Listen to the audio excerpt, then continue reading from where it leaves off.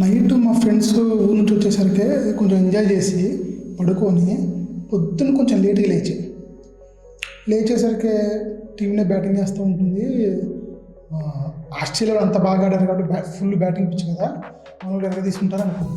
కానీ అట్లా నిద్రలేగానే 4 వికెట్లు మైండ్ అట్లా ఎగిరిపోయింది అనమాట. నాకు పిచ్చ అది పిచ్చి కాదు పిచ్చే అంటున్నా. నాకు అదే అనిపించింది. ఆస్ట్రేలియా వాళ్ళ మీద నాకు ఫస్ట్ 2 days జరిగిన మ్యాచ్ చూసినప్పుడే ఆస్ట్రేలియా వాళ్ళు ఇంత బాగా ఆడుతున్నారా అనిపించేదానికన్నా మన వాళ్ళు ఇంత దరిద్రంగా ఆడుతున్నారు ఏంటో అనిపించింది. బుమ్రా లాంటోడు 4-5 వికెట్లు తీశాక అయినా కూడా అవతల వాళ్ళు అంత భారీ స్కోర్ చేయడం ఏంటి, ఫామ్లోనే లేడు అని ఏడుస్తున్నాడు అన్న ఒక విధంగా స్టీవ్ స్మిత్. నేను ఉన్నా కదా, మేము తీసుకొస్తాను నేను ఫామ్లో అని చెప్పి తీసుకొచ్చారు మన వాళ్ళు. ఫీల్డ్ సెట్ నేను అంత ముందు వీడియోలో ఒకసారి చెప్పాను, టెస్టుల్లో ఫీల్డింగ్ ఎప్పుడు అగ్రెసివ్గా ఉండాలి. 90% of the match aggressive fielding ఉండాలి. బంతి కొత్తదా పాతదా అని కాదు, ఫీల్డింగ్ అగ్రెసివ్గా ఉండాలి. ఫీల్డ్ ప్లేస్మెంట్స్ ఆ తర్వాత బౌలర్లు ఎఫిషియెంట్గా ఉండాలి. బుమ్రా ఎఫిషియెంట్గా లేడా? ఎందుకు లేడు? 6 వికెట్లు 5 వికెట్లు తీసాడు, ఇంకో 4 కూడా తీస్తారు అవసరం అయితే. కాకపోతే ఫీల్డింగ్ అట్లా ఉండాలి. మిగతా బౌలర్కు కొంచెం పర్లేదు బాగానే వేసారు. ఫీల్డింగ్ అంత మొత్తం స్ప్రెడ్ చేసేస్తే ఈజీ సింగిల్స్ వచ్చేస్తాయి. ఎన్ని ఈజీ సింగిల్స్ ఉన్నాయో చూడండి. ట్రావిస్ హెడ్ కానీ స్మిత్ ఈ ఇన్నింగ్స్లో ఒక అలెక్స్ క్యారీ మాత్రం భారీ షాట్లు ఆడాడు ఎక్కువగా. అంటే ట్రావిస్ హెడ్ వాళ్ళు ఆడలేదని అట్లా ఆడారు, కానీ వాళ్ళకి కుషన్ ఉందన్నమాట. Easy singles. క్యారీ వచ్చేసరికి మరి ఇంకో రెండో కొత్త బంతి తీసుకున్నాను కదా, కొంచెం టైట్ ఫీల్డింగ్ పెట్టారు రోహిత్ శర్మ. నేను అంత ముందు చెప్పాను, మనం అడిలేట్లో ఓడిపోవడానికి మెయిన్ కారణాలు రోహిత్ శర్మ కెప్టెన్సీ ల్యాక్స్ అన్నమాట. వాళ్ళు ఎంత కొట్టినా మేము కొట్టుతాం, మేము ఎవరు అనుకున్నాం అనే ఇది ఉందన్నమాట. దానివల్ల అది ఒక కారణం, మెయిన్ కారణం. ఇది కూడా అదే అయిందన్నమాట ఇక్కడ గబ్బాలో కూడా. అసలు మనం గబ్బా అన్నమాట 2 రోజుల మ్యాచ్ చూస్తుంటే 7 పూట తక్కువ, నాకు అంత చికాకేసింది. అంత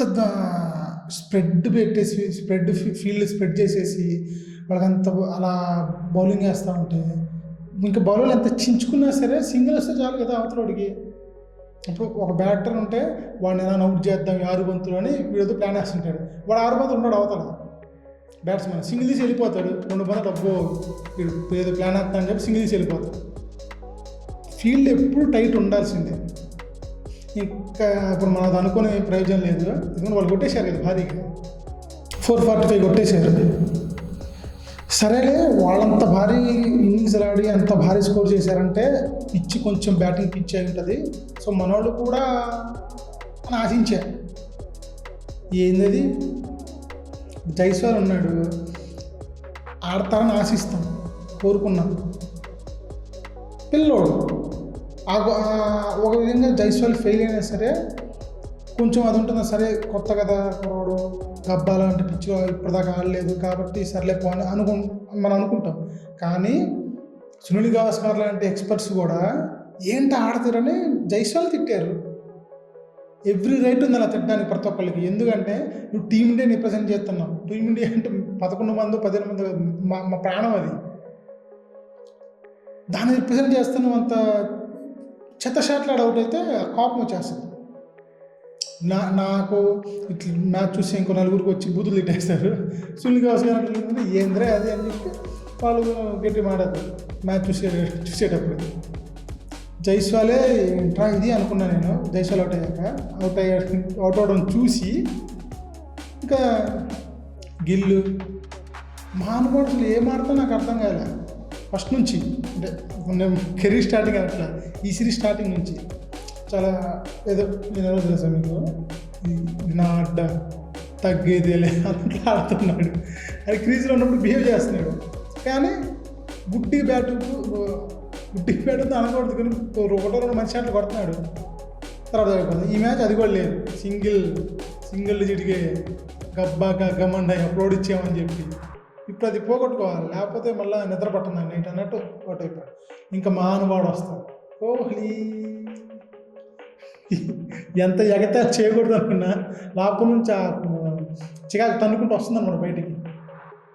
ఒక మనిషి ఈ టైప్ బంతికి అవుట్ అవుతున్నాడు ఒక బ్యాటర్ అనేది ప్రతి ఒక్కరు అనలైజ్ చేస్తారు. ఇప్పుడు మనం పాకిస్తాన్తో ఆడుతున్నాం అనుకోండి, బాబర్ అజమ్ ఏ బంతికి అవుట్ అవుతాడు, మొహమ్మద్ రిజ్వాన్ ఎలా ఆపాలి, అట్లా అవతల వాళ్ళ టీంలో మెయిన్ బ్యాటర్స్ ఎవరు వాళ్ళు ఎలా అవుట్ చేయాలని చెప్పి ఒక స్ట్రాటజీ చేసుకుంటాం మనం. కోహ్లీకి, రోహిత్ శర్మకి, రాహుల్కి అలానే వేస్తారు ఏ టీం అయినా సరే.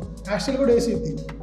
కాకపోతే రాహుల్ ఇప్పుడు కొంచెం నిలబడి ఉన్నాడు కాబట్టి తను ఏం చెప్పాలి, క్లాస్ బ్యాట్స్మెన్.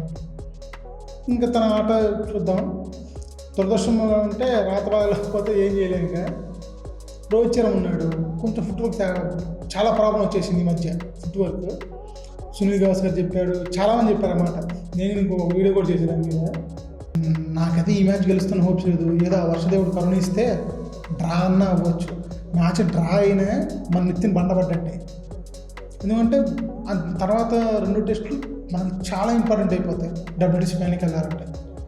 ఆ మ్యాచ్లు గెలవాలి, అవతల టీంల గురించి పట్టుకోవాలి, వాళ్ళు ఓడిపోవాలి, వీళ్ళు గెలవాలి, ఇంకా తపస్సులు చేయాలి, యజ్ఞాలు చేయాలి, చేతబడులు చేయించాలి. ఏం చేస్తాం చూద్దాం. మన వాళ్ళు గబ్బాని ఏం చేస్తారు నాకు తెలిసి గబ్బా అయిపోయిందయ్యా. ఈ మ్యాచ్ గెలవడం 90% అసంభవం.